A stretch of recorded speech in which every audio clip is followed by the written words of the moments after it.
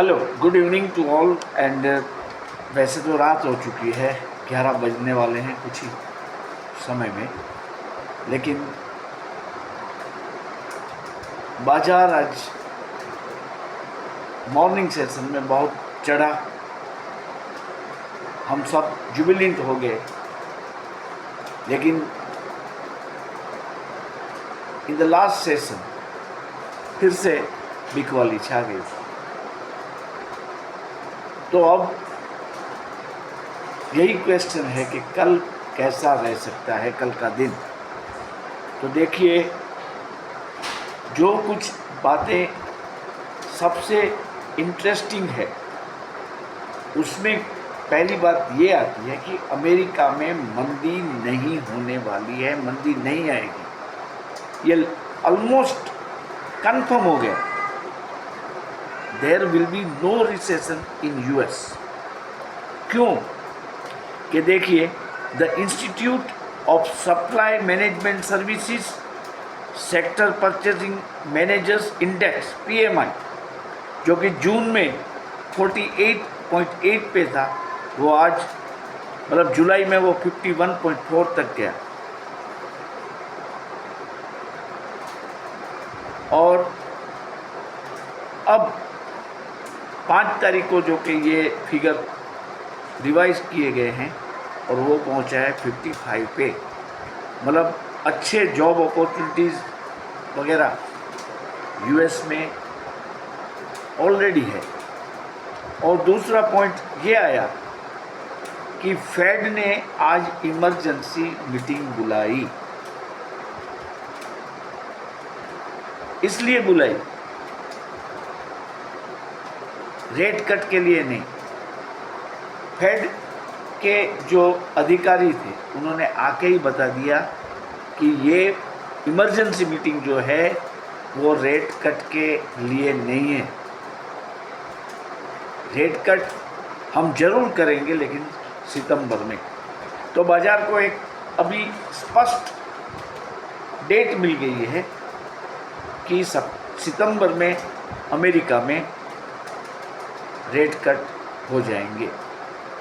लेकिन तब तक मार्केट को इसी तरह कोमा में ही रहना पड़ेगा, क्योंकि दूसरा भी रीज़न जो है ईरान इजराइल वॉर का, वो भी मंडरा रहा है, लेकिन उसमें अभी तक कोई बड़ा इवेंट नहीं बना है। इसके कारण शेयर बाज़ार जो है हमारी भी वो सफोकेशन के दौर से गुजर रही है। और आज एक इंटरेस्टिंग अपडेट आया कि ट्रंप साहब ने कहा है कि ईरान आज रात को इजराइल के साथ वॉर शुरू कर देगा। ये पॉलिटिकल स्टेटमेंट है।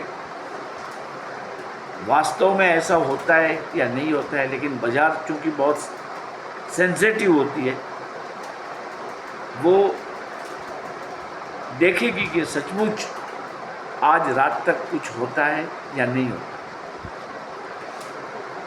लेकिन ये दो जो मैंने पहले रीज़न बताए कि रेट कट का एक शेड्यूल बाजार को मिल चुका है। सितंबर में यूएस फेड रेट कट करेगा ही करेगा। और दूसरा, PMI डेटा अच्छा हो गया है अमेरिका, और यही बात कंफर्म होगी कि वहाँ कोई रिसेशन नहीं होने वाला। तो अब कल बाज़ार में क्या हो सकता है? देखो, मैं बताऊं कि Dow Jones over 590 points up है फिलहाल। नेस्डेक भी 360 पॉइंट अप है, और गिफ्ट निफ्टी भी 56 पॉइंट अप है। इसका मतलब तो अब तक तो यही निकलता है कि मार्केट कल गैप अप खुलेंगे। और दूसरी अच्छी बात यह है इसमें कि विप्रो का ADR, HDFC बैंक का ADR और इन्फोटेक का ADR बढ़त के साथ अभी चल रहे हैं अमेरिकन मार्केट। कुछ कंपनी के रिजल्ट भी अच्छे आए हैं। तो कल मैं आपसे कहूँगा कि आप इन्फोटेक पे नज़र रखिए, काफ़ी गिर चुका है, 1751 पे चल रहा है। कल अगर बाज़ार बढ़त के साथ खुलता है तो इन्फोटेक में सुधार जरूर से आएगा। इसके बाद विप्रो की तो मैं बात करूं कि एडीआर उनका 2.5 से 3% ज़्यादा चल रहा है, अभी अब चल रहा है। अमेरिकन मार्केट में विप्रो का एडीआर करीबन 2.5 से 3% अब चल रहा है, तो आप विप्रो को भी देख सकते हैं। ये दो शेयर हुए, इन्फोटेक और विप्रो। इसके बाद HDFC बैंक में भी सुधार है। वैसे आज वो काफ़ी लुढ़का है, तो उसमें भी रिकवरी के चांसेस ज़्यादा है। पावर फाइनेंस कॉरपोरेशन में भी तेज़ी आ सकती है, क्योंकि उसका जो रिज़ल्ट आया काफ़ी अच्छा आया, particularly on year two year basis में बहुत अच्छा आया। सुज़लोन देखिए थोड़ा सा डाउन हुआ है, 66 के आसपास पहुंचा है 71 में से, लेकिन सुज़लोन ने एक एनर्जी कंपनी में 51% शेयर्स का स्टेक ले लिया। वो रेनोम का नाम की जो कंपनी है, जो कि एनर्जी फील्ड से ही है, उसके करीब 51% स्टेक सुज़लोन ने एक्वायर कर लिया है। तो इस खबर के चलते कल सुज़लोन के शेयरों में तेज़ी आ सकती है और सर्किट भी लग सकती है। इसके अलावा वेदांता 5095 करोड़ का प्रॉफिट आज उसका रिजल्ट आया, उसमें दिखाया है क्वार्टरली, अच्छी बात है। ये भी बढ़ेगा, 413 पे चल रहा है, लुढ़का है काफ़ी, अपने प्रीवियस हाई से काफ़ी नीचे आया है, तो इसमें भी चांसेस है। और एक जो कि महंगा शेयर है, फिर भी मैं जिक्र कर दूँ, सोलार इंडस्ट्री करके एक कंपनी है जिसका भाव करीब 10,195 रुपीज़ है। तो इसमें भी रिजल्ट के चलते कुछ बढ़ोतरी हो सकती है। अभी मार्केट में एक यही पीड़ा है कि ईरान इजराइल का क्या होगा। बाकी के रास्ते सब दिख चुके हैं। अमेरिका में मंदी की बात नहीं है, जो येन कैरी ट्रेड थे वो भी अब अनवाइंड हो गए, और आज तो जापान के निकाई जो इंडेक्स है उसमें करीब 3200 से ज़्यादा पॉइंट की रैली हो गई, करीबन 11% तक वो सुधर गया, मतलब वो इशू भी ख़त्म हो गया। मेटल के शेयरों में और प्रेशियस मेटल के दामों में लगातार गिरावट हो रही है, ये शेयर बाजार के लिए अच्छी बात है। क्रूड ऑयल के दाम भी कम होते जा रहे हैं, ये भी हमारी शेयर बाजार के लिए अच्छी बात है। तो अब ईरान इजराइल के वॉर की जो बात है, उसका कुछ हद तक अगर क्लियरेंस मिल जाए तो बाजार में तेजी होने वाली है। और वैसे तो सब मान रहे हैं कि ऐसा कोई बड़ा वॉर होने की संभावना बहुत कम है, फिर भी शेयर बाजार तो संभल के चलने वाली चीज़ है। कल भारतीय शेयर बाजार में सुधार हो सकता है, होगा, जरूर होगा। आज निफ्टी और बैंक निफ्टी में भी क्या हुआ आप देखो, काफ़ी बढ़त के साथ खुले और फिर नीचे बंद हो गए। तो अभी हमें जो जाना है वो, अगर ऑप्शन ट्रेड की मैं बात करूं निफ्टी और बैंक निफ्टी में, तो नेक्स्ट एक्सपायरी में ही जाना बेहतर होगा। लेकिन ऐसे नहीं कि जैसे मार्केट खुलती है और आप ले लें धड़ाम करके, ऐसा नहीं करना है। आपको देखना है इसके प्राइजेस, जैसे जैसे दिन आगे बढ़ता जाएगा प्रीमियम डीके होगा। एक्सपायरी भी जल्दी है अभी, ये तो शायद पूरा वीक होगा, लेकिन चूँकि 15 तारीख को हॉलीडे है तो 14 को बैंक निफ्टी की एक्सपायरी हो सकती है, शायद है 14 को। तो ये एक दिन जो कम मिलता है वो हमें देखना है कि प्रीमियम गले नहीं हमारा, और हमें जो लेना है, जो कॉल हमें लेना है उसका प्रीमियम गलेगा तो हमारे लिए अच्छी बात है। तो आप either you can wait till Monday before jumping into the call for Nifty Bank and Nifty। उसमें दो बातें होगी,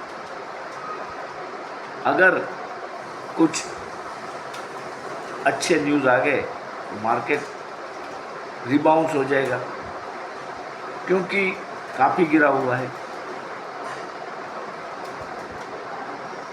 और दूसरी बात यह है कि कोई न्यूज़ ना आए अच्छे तो फिर वो रेंज बाउंड रहेगा। तो हमें ऐसा मान के चलना है कि कोई न्यूज़ नहीं आएंगे, रेंज बाउंड रहेगा।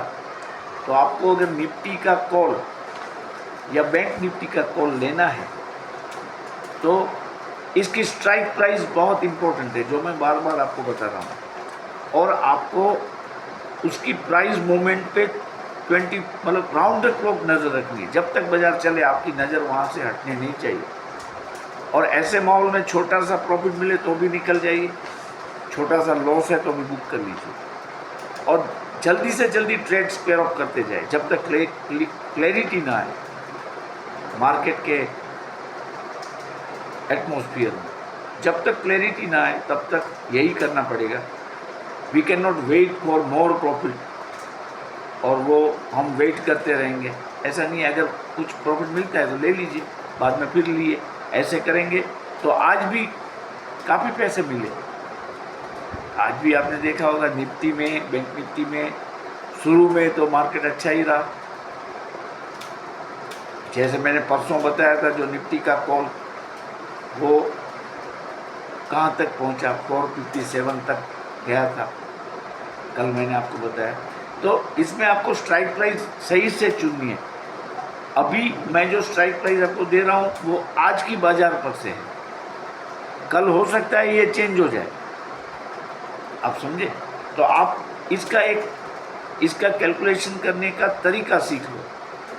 जैसा कि मैंने बताया है, 200 पॉइंट पीछे वाला कॉल और 200 पॉइंट आगे वाला पुट,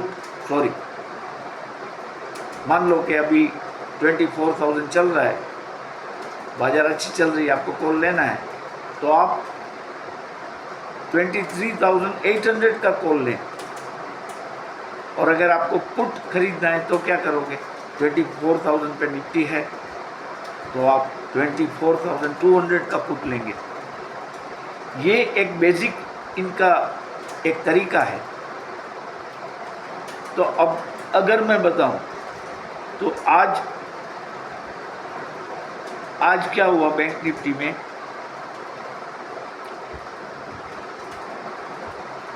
आज बैंक निफ्टी जो रहा